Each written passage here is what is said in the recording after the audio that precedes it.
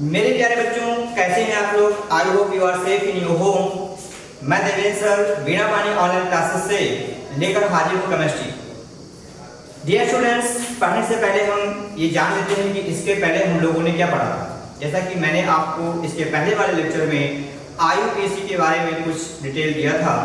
उम्मीद करता हूँ कि जो मैंने वीडियो बनाया था उसमें जो पढ़ाया था उसको आप देख करके घर में जो फर्स्ट ईयर की आपकी कॉपी है उससे आपने पढ़ा होगा। तो उसका एम सिर्फ ये था कि आज जो टॉपिक हम लोग पढ़ेंगे हैलो एल्केन तथा हैलो एरिन का, वो हैलो एल्केन का पहला टॉपिक आपका एथिल ब्रोमाइड है। कौन सा बेटा?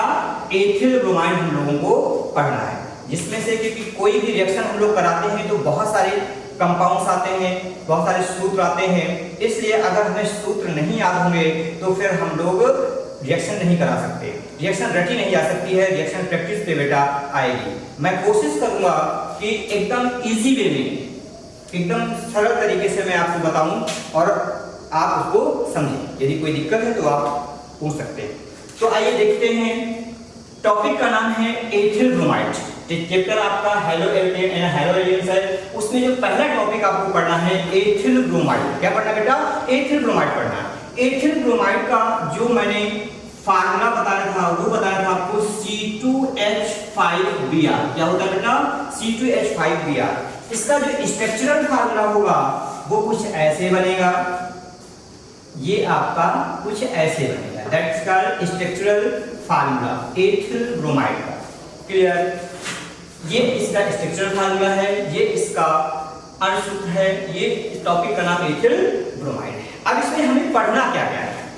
सबसे पहले तो हम ये जानते हैं कि एथिल ब्रोमाइड, मैं सिंपल नेम बोल रहा हूं और आपको क्वेश्चन हमसे करना चाहिए सर एथिल ब्रोमाइड का IUPAC नेम क्या होता है।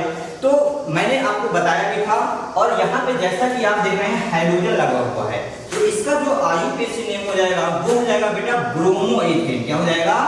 ब्रोमो इथेन हो जाएगा। क्या हो जाएगा? Bromo ethane. क्लियर?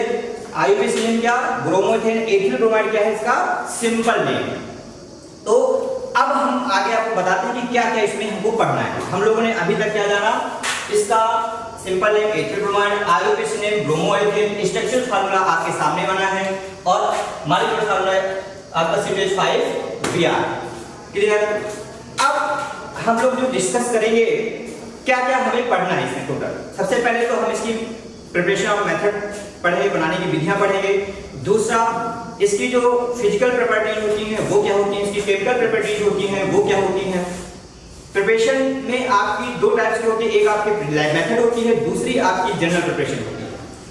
इसके यूजेस के क्या होते हैं, तो ये स्टेप बाय स्टेप हम लोग पढ़ेंगे। तो आइए सबसे पहले हम इसकी मेथड जानते हैं, प्रयोगशाला विधि क्या होती है। प्रयोगशाला विधि के बारे में जानते हैं।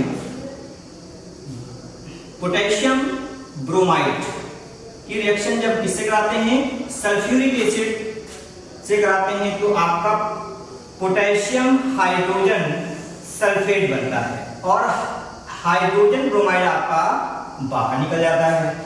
जब एथिल एल्कोहल की रिएक्शन हम हाइड्रोजन ब्रोमाइड से कराते हैं तो इससे हमें जो प्राप्ति होती है वो ब्रोमो एथेन की होती है। किसकी होती है? ब्रोमो एथेन की। C2H5Br प्लस वाटर आपका इसमें रिलीज हो जाएगा, जल बाहर निकल जाएगा। क्या किया हमने? When sulphuric acid reacts with potassium bromide and ethyl alcohol we get ethyl bromide. We get ethyl bromide. हमने जब पोटेशियम ब्रोमाइड और सल्फ्यूरिक अम्ल एंड एथिल अल्कोहल की रिएक्शन एक साथ कराई तो हमें जो प्रोडक्ट प्राप्त होता है वो एथिल ब्रोमाइड प्राप्त होता है, ब्रोमो एथेन। यहाँ पे बेटा हम लोग ज्यादातर जो नेम यूज करेंगे वो IUPAC नेम यूज करेंगे, क्योंकि अब आपका NCERT पैटर्न चलता है और NCERT पैटर्न में जो सबसे ज्यादा महत्व दिया जाता है वो IUPAC नेम को दिया जाता है। किसको दिया जाता है? IUPAC नेम को। इसलिए IUPAC लिखने की हम आदत डाल लें। जो भी सिंपल नेम हमें दिखे उसके IUPAC जरूर लिखें। ठीक है? तो ये आपकी इसकी लैब मेथड है। क्या है? लैब मेथड, प्रयोगशाला में। अब चलिए हम लोग जानते हैं इसको सामान्य विधि से कैसे बना सकते हैं। जनरल प्रिपरेशन मेथड इसका क्या है? जब एथिलीन की रिएक्शन हम लोग पोटेशियम ब्रोमाइड से कराते हैं, इससे कराते हैं पोटेशियम ब्रोमाइड से, या फिर आप हाइड्रोजन ब्रोमाइड ले लीजिए, एथिल ब्रोमाइड, एथिलीन की रिएक्शन जब हम हाइड्रोजन ब्रोमाइड से कराते हैं, किससे कराते हैं? हाइड्रोजन ब्रोमाइड से, तो ये आकर के क्या होता है? एडिशन हो जाता है इसमें CH3 CH2 एंड Br। अब एक चीज मैंने आपको इसके पहले बताया था, 4 प्रकार की रासायनिक प्रतिक्रियाएं बताई थी। कौन कौन सी बताई थी? एक आपकी मैंने योगात्मक बताई थी, विलोपन बताई थी, प्रतिस्थापन बताई थी और रीअरेंजमेंट रिएक्शन बताई थी। ये आप यहाँ देख रहे हैं, यहाँ पे सिर्फ एडिशन हो रहा है, योग हो रहा है। योगात्मक अभिक्रिया हमारी बेटा क्या होती थी? जब किसी यौगिक से कोई परमाणु या समूह, जब किसी यौगिक से कोई परमाणु या समूह आकर के जुड़ जाता है और उसके स्थान पर कोई दूसरा परमाणु या समूह नहीं निकलता है, तो इस प्रकार की अभिक्रियाओं को हम लोग एडिशन रिएक्शंस कहते थे, योगात्मक अभिक्रिया कहते थे। इन अभिक्रियाओं की जो बेटा एक खास बात थी कि ये अभिक्रियाएं हमेशा अनसैचुरेटेड कंपाउंड्स पर होती हैं, असंतृप्त यौगिकों पर ही होती हैं। और इन अभिक्रियाओं के दौरान इन अभिक्रियाओं के दौरान जो यौगिक की संतृप्तता होती है वो इंक्रीज होती है। क्या होती है? इंक्रीज होती है। क्लियर? ये उसी प्रकार से जैसे सपोज दैट एक होता है तृप्त, एक होता है असंतृप्त या अतृप्त। हमें भूख लगी होती है तो हम खाना खाते हैं तो क्या करते हैं? अरे आत्मा तृप्त हो गई, ठीक है। और कभी कभी जब खाना खाते हैं और नहीं हो तो बोलो आत्मा तृप्त नहीं है। तो ये सेम सिचुएशन है, यहाँ पे इसकी संतृप्तता क्या हो रही है? इंक्रीज हो रही है, बढ़ रही है। यहाँ पे एथिलीन जो है आपका असंतृप्त यौगिक है, अनसैचुरेटेड हाइड्रोकार्बन है, लेकिन जो एथिल ब्रोमाइड आपको यहाँ मिल रहा है ये आपका क्या है? सैचुरेटेड हाइड्रोकार्बन है। ये आपका क्या है? संतृप्त यौगिक है। क्या है? संतृप्त यौगिक है। क्लियर? अब हम लोग बात करते हैं नेक्स्ट रिएक्शन कौन सी हो सकती है जनरल प्रिपरेशन में। When ethane reacts with bromine in the presence of sunlight, when ethane reacts with bromine in the presence of sunlight, we get ethyl bromide. We get ethyl bromide. आइए reaction देखते हैं कैसे करेंगे हम लोग। Ethane का formula सभी को पता है, C2H6 होता है। क्या होता है? ये भी आपका क्या है? सैचुरेटेड हाइड्रोकार्बन है, संतृप्त हाइड्रोकार्बन है। इसकी रिएक्शन जब हम ब्रोमीन से कराते हैं, किससे कराते हैं? ब्रोमीन से, in the presence of sunlight, सूर्य के प्रकाश की उपस्थिति में, तो हमें क्या मिलता है? हमें एथिल ब्रोमाइड की प्राप्त होती है। C2H5Br प्लस HBr आपका निकल जाता है। इसे क्या कहते हैं? ब्रोमो एथेन आपको मिल जाता है। क्लियर? क्या मिल जाता है? Bromo ethane, bromo ethane. Clear? Bromo ethane. ये आपके बनाने की क्या थी? समान विधि। क्या थी? समान विधि। इसका जो फिजिकल प्रॉपर्टीज की क्या होगी? जो इसकी फिजिकल प्रॉपर्टीज होती है, तो इसका जो क्वथनांक होता है वो 311 केल्विन होता है। और ये इसकी खास बात होती है, ये जल में तो अम्लीय है किंतु कार्बनिक विलायकों में ये विलीय है। अब इसकी हम लोग केमिकल प्रॉपर्टीज की बात करेंगे।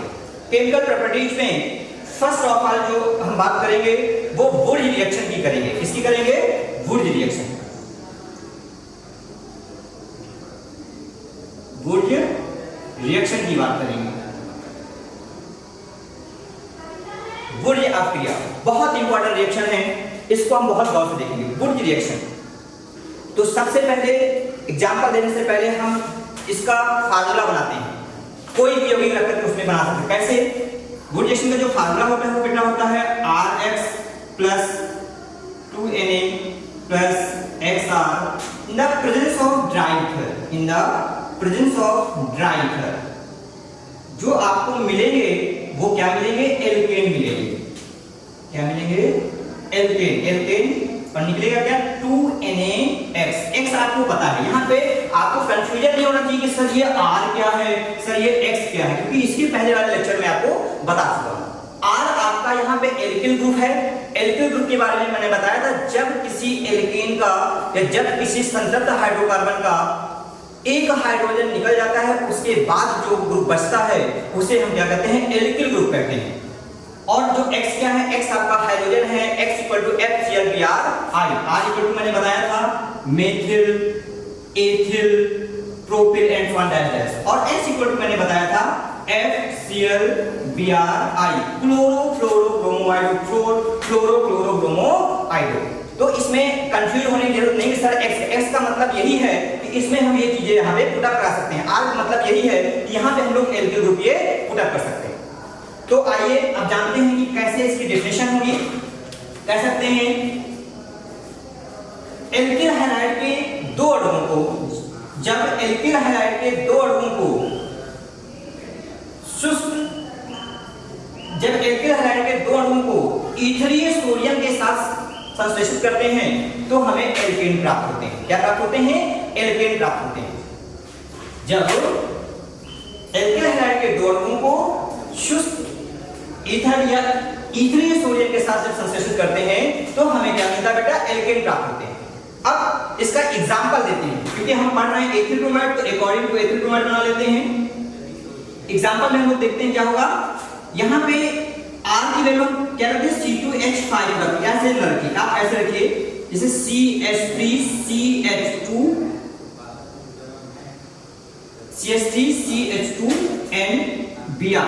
ऐसे तोड़ दीजिए। इसका भी रीजन है। यहाँ पे हम लिख सकते हैं 2Na प्लस इसको भी यहाँ तोड़िए Br plus CH2NCH3, presence of ड्राइक।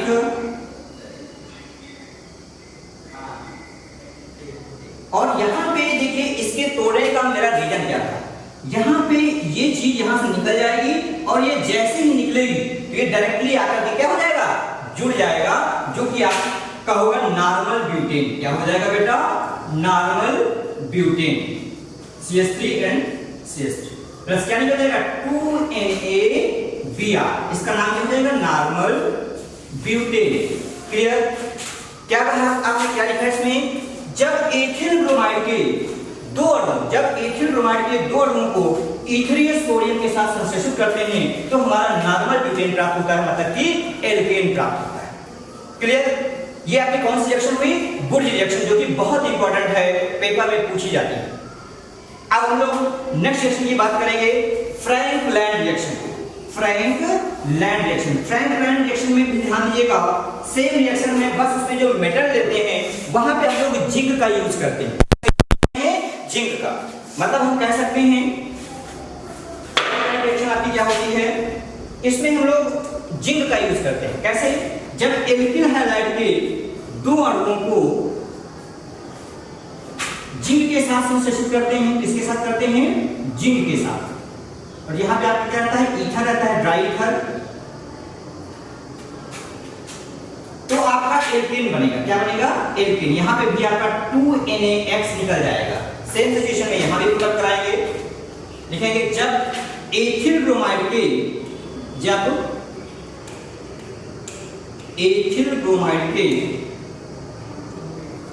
दो अणुओं को जिंक ईथरीय जिंक के साथ संश्लेषित करते हैं तो हमें नॉर्मल ब्यूटेन की प्राप्ति होती है। इसकी प्राप्ति होती है बेटा? नॉर्मल ब्यूटेन की प्राप्ति होती है। यहां पे भी देखिए एल्केन आपको मिलेंगे, इसे क्या कहते हैं? Normal butane. अब आपके मन में एक क्वेश्चन उत्पन्न हो रहा होगा, क्या सर यहाँ पे हम जरूरी है कि C2H5 ही रखें? नहीं, ये कोई जरूरी नहीं है। यहाँ पे हम लोग एथिल ब्रोमाइड पढ़ रहे हैं तो इसलिए हम इसको बना रहे हैं। अगर हम यहाँ पे एल्किल समूह में क्या रखते हैं? दोनों तरफ हम रखते हैं CH3 रखें तो आपका उधर क्या बन जाएगा? एथेन बन जाएगा। मतलब जैसे बनेगा आपका एल्केन ही, ठीक है? उधर क्या बन जाएगा? एथेन बन जाएगा। जैसे सपोज दैट हम यहाँ पे आपका एथेन करते हैं, यहाँ पे आप Cl मान ले लिया, प्लस आपने जिंक लिया, प्लस आपने Cl लिया, प्लस आपने CH3 लिया, और ये आपका बन जाएगा एथेन। सैचुरेटेड हाइड्रोकार्बन एथेन की प्राप्त हो जाएगी 2NaCl। अब हाइड्रोजन भी चेंज कर सकते हैं और एल्किल ग्रुप भी चेंज कर सकते हैं। यहाँ पे मैं Br इसलिए रख रहा हूँ क्योंकि हम लोग बेटा जो टॉपिक पढ़ रहे हैं वो एथिल ब्रोमाइड पढ़ रहे हैं। क्लियर है?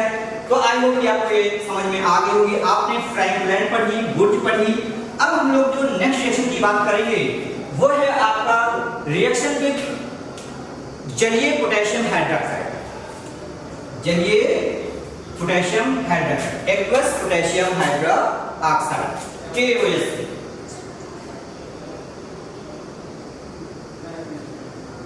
Reaction with KOH potassium hydroxide aqueous, AQ का मतलब होता है एक्वस जलीय, ठीक। जलीय पोटेशियम हाइड्रोक्साइड से रिएक्शन कराते हैं तो हमारा क्या बनता है ये ध्यान दिए।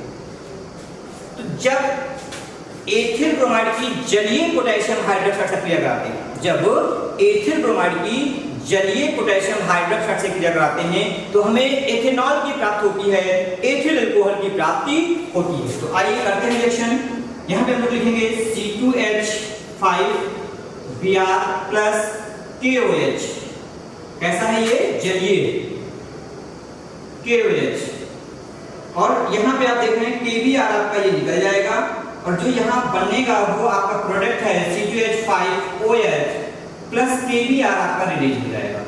क्या बना आपका ethyl alcohol, ethyl alcohol, ethyl alcohol पढ़ते हैं इसको, एथिल एल्कोहल। इसका आईयूपीएसी नाम क्या है एथेनॉल। क्या है बेटा एथेनॉल, नल मत पढ़ लीजिएगा, नल एल्डिहाइड हो जाएगा एथेनॉल। तो इस प्रकार से हम इसको जानते हैं। जब एथिल ब्रोमाइड की जलीय पोटेशियम हाइड्रोक्साइड से क्रिया कराते हैं तो हमें एथिल अल्कोहल की प्राप्ति होती है। When ethyl bromide reacts with जलीय potassium aqueous potassium hydroxide we get ethanol। Then अब दूसरी रिएक्शन हम लोग फिर से पोटेशियम हाइड्रोक्साइड से ही कराएंगे, लेकिन इसमें एक खास बात है, जो पोटेशियम हाइड्रोक्साइड होगा वो एल्कोहलिक होगा। कैसा होगा बेटा एल्कोहलिक, और एल्कोहलिक में आपका एथेनॉल ना बन करके एथिलीन की प्राप्ति होगी, अनसैचुरेटेड हाइड्रोकार्बन एथिलीन बनेगा। आइए बनाते हैं कैसे। अब यहाँ पे हम एल्कोहलिक कर दें इसको ALC, ALC का मतलब होता है alcoholic.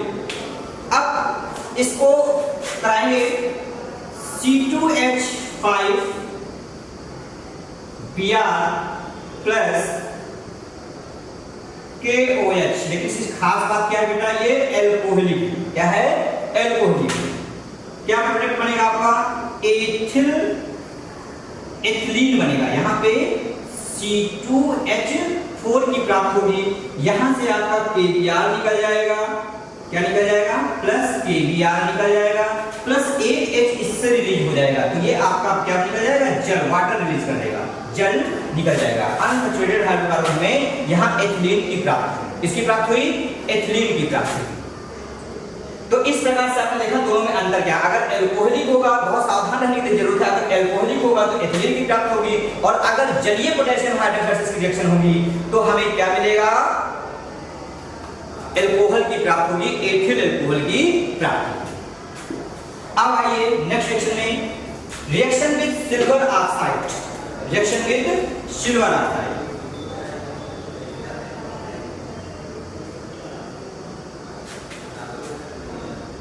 Reaction with silver oxide.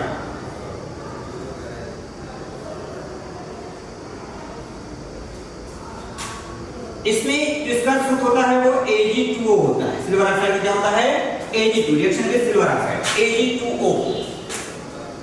अब सिल्वर ऑक्साइड से इसकी रिएक्शन कैसे होती है,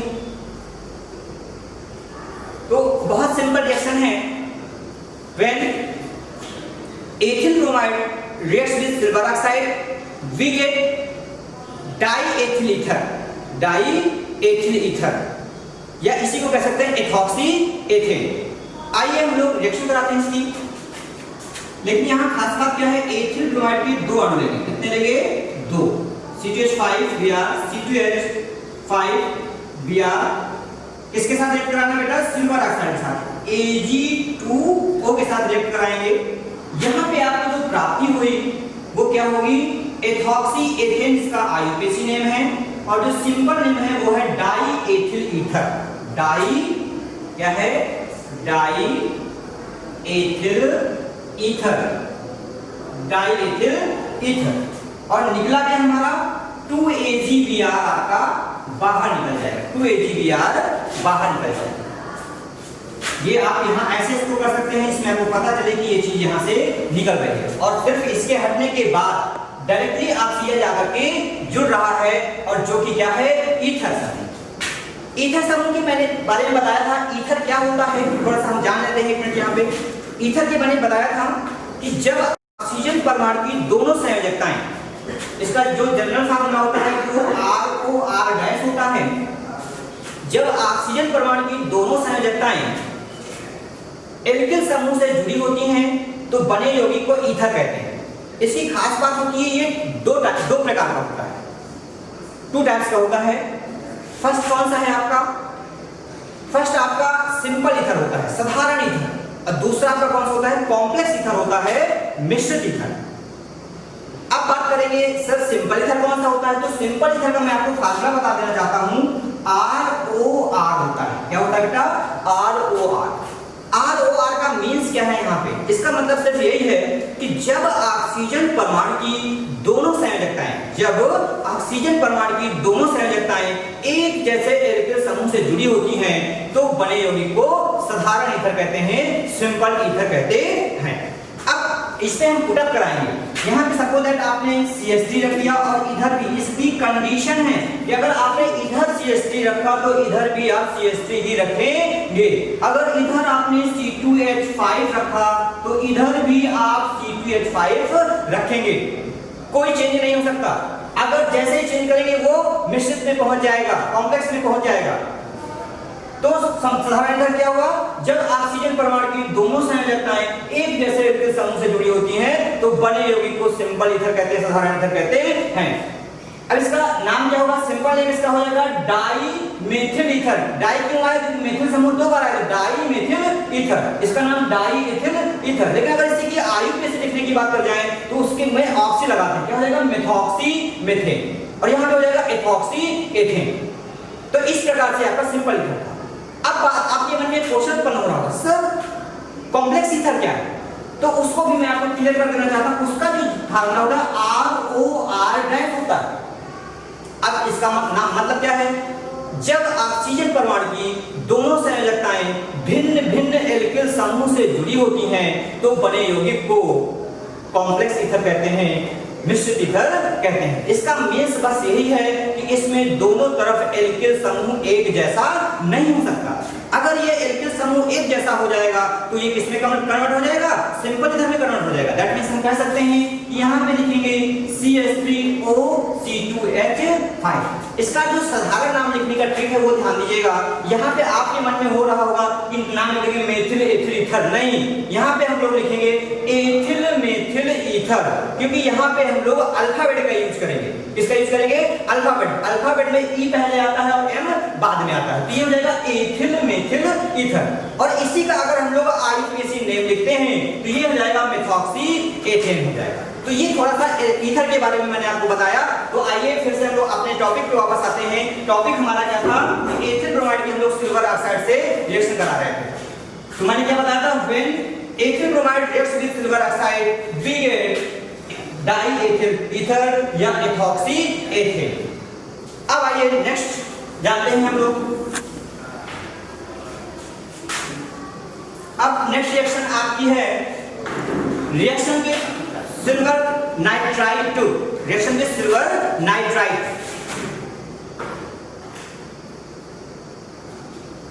रिएक्शन विद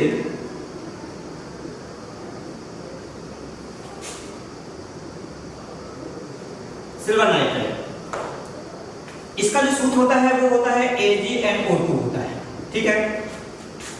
इसकी रिएक्शन कराएंगे तो क्या बनेगा? सिंपल है, C2H5 Br plus AgNO2 gives C2H5NO2 plus आपका AgBr बाहर निकल जाएगा। क्या निकल जाएगा? AgBr बाहर निकल जाएगा। When ethyl silver nitride we get नाइट्रोएथेन। जब हम एथिल ब्रोमाइड की अभिक्रिया सिल्वर नाइट्राइड से कराते हैं तो हमें नाइट्रोएथेन की प्राप्ति होती है। किसकी प्राप्ति होती है बेटा? नाइट्रोएथेन की प्राप्ति होती है, नाइट्रोएथेन की प्राप्ति। अब नेक्स्ट सेशन की हम बात करेंगे। मैं उम्मीद करता हूं कि आप समझ रहे हैं। अगर कोई प्रॉब्लम है तो आप हमसे क्वेश्चन कर सकते हैं। अब हम लोग नेक्स्ट रिएक्शन की बात करेंगे। अब रिएक्शन बात करेंगे विलियम सन रिएक्शन होती है। कौन सी होती है? विलियमसन रिएक्शन होती है। इसकी जो रिएक्शन होती है रिएक्शन विद सोडियम एलॉक्साइड के साथ होती है। इसके सोडियम एलॉक्साइड, सोडियम एलॉक्साइड का जो फार्मूला होता है वो NaOR होता है। क्या होता है? NaOR डैश होता है, सोडियम एलॉक्साइड। इस रिएक्शन को कहते हैं विलियमसन रिएक्शन कहते हैं। क्या कहते हैं बेटा? विलियमसन रिएक्शन कहते हैं। आइए इसमें भी रखते हैं। यहां पे सपोज दैट आपने लिया C2H5, या इसको हम ऐसे पहले रिएक्शन कर सकते हैं RX प्लस NaOR गिव्स, या इससे भी आपको जो प्राप्त होता है वो बेटा ईथर की प्राप्त होती है, प्लस आपका NaX आपका रिलीज हो जाता है। मतलब कह सकते हैं when alkyl halide reacts with sodium eloxide, जो सोडियम एलॉक्साइड क्या है? OR को एलॉक्साइड, क्योंकि इसमें एथिल ग्रुप और एल्किल ग्रुप दोनों मिला के बना, जिसे बोलते हैं एलॉक्साइड। when alkyl halide reacts with sodium eloxide we get ether. क्या मिलेगा? ईथर मिलेगा। मतलब कि जब हम एल्किल हैलाइड की क्रिया सोडियम एलॉक्साइड से कराते हैं तो हमें ईथर की प्राप्ति होती है। अब इसको हम पुट अप करके कैसे कराएंगे? एग्जांपल कैसे देंगे? सपोज दैट यहां पे हमने ले लिया C2H5Br प्लस NaOC2H5 गिव्स, आपको जो मिलेगा वो C2H5O C2H5 प्लस NaBr निकल जाएगा। क्या निकल जाएगा? NaBr निकल जाएगा। NaBr आपका निकल जाएगा और मिला क्या आपको? एथॉक्सी एथेन या डाई एथिल ईथर की आपको प्राप्त होगी। क्लियर? ये कौन सी थी? विलियमसन रिएक्शन थी। इसके साथ सोडियम, इसको अब यहां पे देखिए मैंने C2H5 रख दिया, इसका नाम है सोडियम एथॉक्साइड। अगर मैं यहां पे CH3 रख देता तो इसका नाम हो जाता सोडियम मेथॉक्साइड। तो इस प्रकार से हम रिएक्शन करा सकते हैं। अब आइए हम लोग नेक्स्ट रिएक्शन के बारे में जानते हैं। दो महत्वपूर्ण और रिएक्शन है इसमें, एक आपका पोटेशियम साइनाइड से रिएक्शन और दूसरी आपकी सिल्वर साइनाइड से। ये भी बहुत ही महत्वपूर्ण रिएक्शन है, इसमें अक्सर डाउट होता है। पोटेशियम साइनाइड के साथ, केशियन के साथ reaction with potassium cyanide, reaction with potassium cyanide. Potassium cyanide के साथ जब रिएक्शन कराते हैं तो हमें क्या मिलता है? तो बहुत इजी वे में हम इसको कर सकते हैं। देखिए क्या लिखेंगे? C2H5Br प्लस पोटेशियम साइनाइड, इससे जब रिएक्शन कराएंगे तो हमारा बनेगा C2H5Cn प्लस KBr आपका बाहर निकल जाएगा। क्या निकल जाएगा बेटा? KBr बाहर निकल जाएगा। तो क्या लिख सकते हैं? when ethyl bromide reacts with potassium cyanide we get ethyl cyanide, ethyl cyanide। लेकिन ethyl cyanide इसका सिंपल नेम है। अगर हम इसका IUPAC नेम लेंगे तो इसमें बेटा ये भी कार्बन काउंट होगा, दैट मींस इसका नाम हो जाएगा प्रोपेन नाइट्रेट। IUPAC नाम क्या हो जाएगा? प्रोपेन नाइट्रेट हो जाएगा। ये ध्यान दीजिएगा। क्लियर? अब इसी की रिएक्शन अगर हम सिल्वर साइनाइड से कराते हैं, reaction with silver cyanide, reaction with silver cyanide. अब सिल्वर साइनाइड से जब हम कराएंगे तो हमें क्या मिल जाएगा? यहाँ पे अंदर देखिएगा C2H5Br प्लस AgCN से जब कराएंगे तो यहाँ पे साइनाइड का बढ़ के आइसो साइनाइड बनता है। क्या बनता है? यह बन जाएगा C2H5 गिव्स NC जुड़ेगा यहाँ पे और ये आपको हो जाएगा AgBr। मतलब when ethyl bromide reacts with silver cyanide we get ethyl isocyanide, या इसी का जो IUPAC नेम होगा वो होगा एथेन आइसोनाइट्रेट, एथेन आइसोनाइट्रेट। इसमें इसका कार्बन काउंट नहीं होगा। तो दोनों में अंतर देखा। अगर हम पोटेशियम साइनाइड से कराते हैं तो हमें एथिल साइनाइड बनता है, और लेकिन जब हम सिल्वर साइनाइड से कराते हैं तो ये हमें एथिल आइसोसाइनाइड की प्राप्ति होती है। अब हम लोग नेक्स्ट रिएक्शन की बात करेंगे, रिएक्शन विद सिल्वर एसीटेट की बात करेंगे। किसके साथ करेंगे बेटा? Reaction with silver acetate. Silver acetate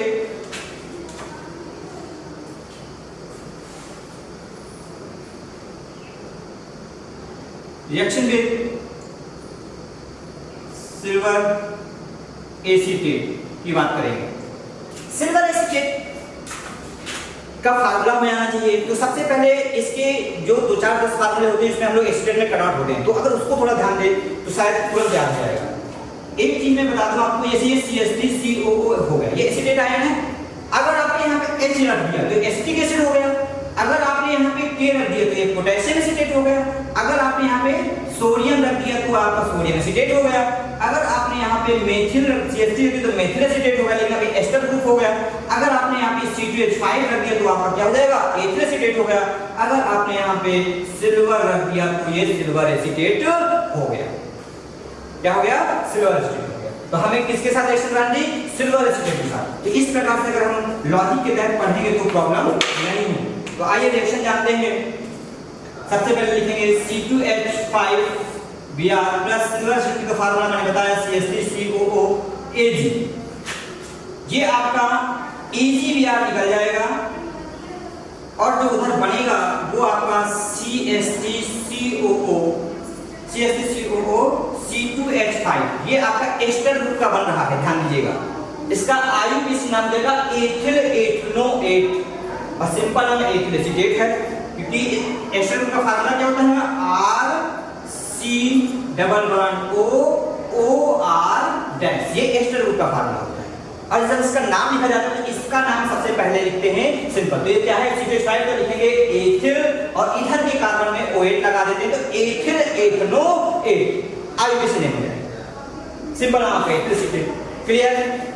first year में मैंने आपको सब पढ़ाया है, देख लीजिएगा। IUPAC कोई दिक्कत है तो हमसे क्लियर करिएगा। अब हम लोग नेक्स्ट रिएक्शन की बात करेंगे बेटा, reaction with benzene. Reaction with benzene C6H6 reaction with benzene से रिएक्शन। आपको मैं बता दूं कि जब एथिल ब्रोमाइड बेंजीन से रिएक्ट करता है तो हमें एथिल बेंजीन की प्राप्ति होती है और इस रिएक्शन को फ्रीडेल-क्राफ्ट प्रक्रिया भी कहते हैं।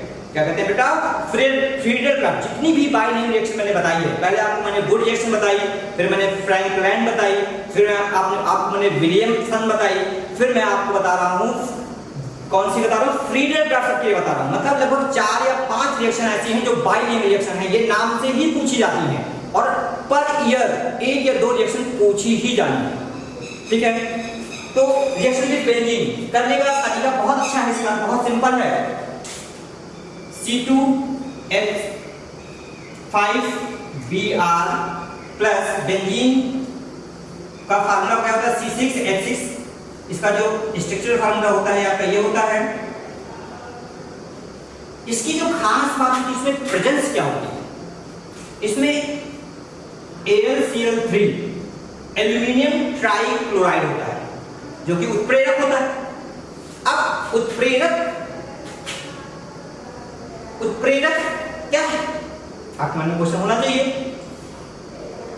तो उत्प्रेरक के बारे में आप सभी जानते हैं। जैसे सपोज दैट ये मनीष है और ये आनंद है, दोनों बैठे हैं और वहां से ये लोग आपस में नॉर्मल हॉट टॉक कर रहे हैं, एकदम नॉर्मल कर रहे हैं। वहां से कमल आए और मनीष से बोले भैया क्या कर रहे हो, तुमको कल ये ऐसा ऐसा कह रहा था। अब उनको गुस्सा आया, अच्छा तुम मुझे ऐसा कर रहे थे, भयंकर तरीके से चालू हो गया। अब क्रिया के वेग को क्या कर दिया, इंक्रीज कर दिया। वहां पे एक दूसरा व्यक्ति बैठा है, वो दूसरे के पास भैया क्या कर रहे हो, अरे ये दोस्त है हटाओ, तो वहां पे समाप्त हो गए। तो मतलब यहाँ से हमें क्या मतलब मिलता है कि उत्प्रेरक वे होते हैं जो अभिक्रिया के वेग को परिवर्तित कर देते हैं। बढ़ा घटाने की बात छोड़िए, क्या कर देते हैं, एक शब्द ध्यान दीजिएगा, अभिक्रिया के वेग को परिवर्तित करते हैं। ये क्वेश्चन इस साल के बोर्ड में आया हुआ है, ऑब्जेक्टिव में पूछा गया था कि उत्प्रेरक क्या होते हैं जो अभिक्रिया के वेग को परिवर्तित कर देते हैं। क्लियर? अब देखिए हम रिएक्शन कराएंगे तो ये आपका यहाँ पे सभी कॉर्नर पर आपको पता है एक H होता है, एक कार्बन होता है, तो इसका हाइड्रोजन हम शो कर देते हैं और ये HBr आपका निकल जाएगा। जब HBr निकल जाएगा तो उसका प्लेस खाली हो जाएगा हाइड्रोजन का, वहां पे आपका C2H5 बैठ जाएगा और ये HBr निकल जाएगा। क्या बन जाएगा, एथिल बेंजीन बन जाएगा। तो बेटा, जब एथिल ब्रोमाइड की अभिक्रिया एल्युमिनियम ट्राइक्लोराइड उत्प्रेरक की उपस्थिति में बेंजीन से कराई जाती है तो हमें एथिल बेंजीन की प्राप्ति होती है। When ethyl bromide reacts with benzene in the presence of aluminium trichloride catalyst, we get ethyl benzene। अब आइए हम लोग नेक्स्ट रिएक्शन जानते हैं बेटा। अगली रिएक्शन के बारे में जानेंगे। अब जो एक सबसे महत्वपूर्ण रिएक्शन है, 4 स्टेप की लगभग रिएक्शन जाएगी, वो आपकी अमोनिया की है। किसकी है? अमोनिया। एक चीज मैं यहाँ क्लियर कर देना चाहता हूँ, जब अमोनिया की अधिकता होती है तो ये सिर्फ एक स्टेप में रिएक्शन खत्म हो जाती है और एथिल बेंजीन, एथिल एमीन बना देता है। जब एल्किल हैलाइड की अधिकता होती है तो ये चतुष्क लवण का निर्माण करता है। तो आइए सबसे पहले हम रिएक्शन लिख देते हैं। लिख लें रिएक्शन विद अमोनिया, बहुत इंपॉर्टेंट रिएक्शन है। Reaction with ammonia NH3, 4 step reaction जाएगी। बहुत इजी रिएक्शन, ध्यान दीजिएगा। रिएक्शन विद अमोनिया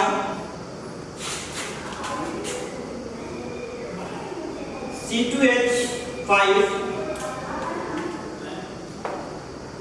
Br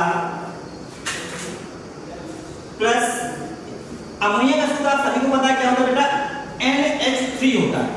इसको हम लोग लिख सकते हैं HNH2 लिख सकते हैं इन the presence of 100 degree centigrade temperature. जब से रिएक्शन कराएंगे तो हाइड्रोजन ब्रोमाइड आपका निकल जाएगा और यहाँ जो बनेगा C2H5 और आपका बन जाएगा NH2 प्लस HBr आपका निकल जाएगा। सेकेंड स्टेप पे जो होगी C2H5 Br, इसको हम लोग लेंगे तो यहाँ लिख सकते हैं HNH2H5। यहाँ से भी हम लोग HBr निकाल देंगे तो ये जो आपको प्राप्त होगा वो C2H5, इसको हम लोग ऐसे लिख सकते हैं HNC2H5 NC2H5। इसके बाद हम लोग लिख सकते हैं next C2H5 Br plus HN C2H5 and C2H5 और यहाँ से जो आपका निकलेगा HBr तो इसको कुछ हम ऐसे ले सकते हैं C2H5 and C2H5 plus HBr and HBr। एक स्टेप की और जाएगी, अभी ये हो जाएगा C2H5Br। इसको आप क्या कैसे लिख सकते हैं? C2H5 का whole 5 N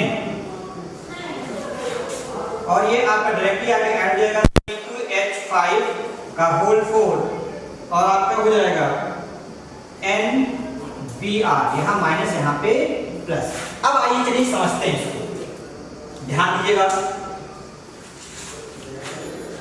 When ammonia reacts with when ethyl bromide reacts with ammonia in the presence of 100 degree centigrade temperature, we get ethylamine। ये आपका क्या बनता है? एथिलेमिन बनता है, या इसी को हम लोग 1 डिग्री एमीन भी बोलते हैं। क्या बोलते हैं? 1 डिग्री एमीन बोलते हैं। सेकेंड स्टेप में जब इसकी रिएक्शन कराते हैं एथिल ब्रोमाइड की एथिलेमिन 1 डिग्री एमीन से कराते हैं तो आपको बनता है डाई एथिलेमिन, या इसी को बोलते हैं 2 डिग्री एमीन बोलते हैं।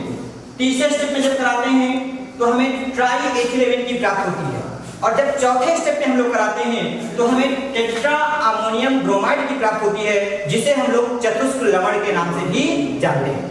जिसे हम लोग क्या कहते हैं? चतुष्क लवण के नाम से जानते हैं। क्लियर? तो ये अमोनिया से रिएक्शन थी, ये चीज आप ध्यान दीजिएगा। 4 स्टेप रिएक्शन है। स्टेप बाय आप सोच रहे हैं सर क्वेश्चन कैसे पूछेंगे, तो आपसे पूछ सकता है कैसे प्राप्त करोगे एथिल ब्रोमाइड से एथिलेमीन, तो आप यहां छोड़ दोगे। अगर पूछता है कैसे प्राप्त करोगे एथिल ब्रोमाइड से चतुष्क लवण, तो चारों स्टेप की रिएक्शन आपको करानी पड़ेगी एकदम सिंपल वे में। हर में देख सभी में आपने देखा कि हाइड्रोजन ब्रोमाइड निकल रहा है और बाकी स्टेप तो आपको 1 डिग्री एमीन, 2 डिग्री एमीन और 3 डिग्री एमीन, और इसी को चौथे स्टेप को बोलते हैं चतुष्क लवण या tetra ammonium, tetra ethyl ammonium bromide, tetra ethyl ammonium bromide. तो इस प्रकार से हम लोगों ने अमोनिया से रिएक्शन कराई। अब नेक्स्ट रिएक्शन जो आपकी लास्ट रिएक्शन है और इंपॉर्टेंट भी है, वो है पोटेशियम हाइड्रोजन सल्फाइड से, पोटेशियम हाइड्रोजन सल्फाइड से, इससे पोटेशियम हाइड्रोजन सल्फाइड से KSH से, पोटेशियम हाइड्रोजन सल्फाइड से C2H5 Br प्लस KSH, ये विशेष रिएक्शन कराएंगे तो आपका मिल जाएगा C2H5 और या आपका SH डायरेक्टली जुड़ जाएगा प्लस आपका KBr निकल जाएगा। इसी को बोलते हैं बेटा एथिल मरकैप्टन। क्या बोलते हैं? ये आपका बना एथिल मरकैप्टन। ठीक है, इस प्रकार से इतनी रिएक्शन हम लोगों ने पढ़ी। मैंने कोशिश की कि लगभग आपकी सारी रिएक्शन हो गई है। ठीक है, और इनको मन से पढ़िएगा। इतनी रिएक्शन अगर आपने प्रिपेयर कर ली तो इसमें 1-2 रिएक्शन आपकी पढ़ेगी, लेकिन करिएगा जरूर। अगर कोई डाउट है तो आप फिर से हमसे क्लियर करिएगा और इनको रटने की कोशिश ना करें। आप कॉपी उठाएं, पेन उठाएं और उसमें लिखें। अपने हाथ से जब तक प्रैक्टिस नहीं करेंगे तो नहीं आएगा। क्लियर? आज के लिए इतना ही। Thank you. Stay home, be safe, keep learning.